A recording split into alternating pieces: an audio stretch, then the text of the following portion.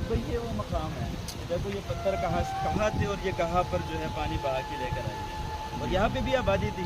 यहाँ पर 3 मंजिला घर थे। 3 मंजिला घर था जो जिसका इस वक्त नामो निशान भी नहीं है। ये देखिए अपने आंखों से।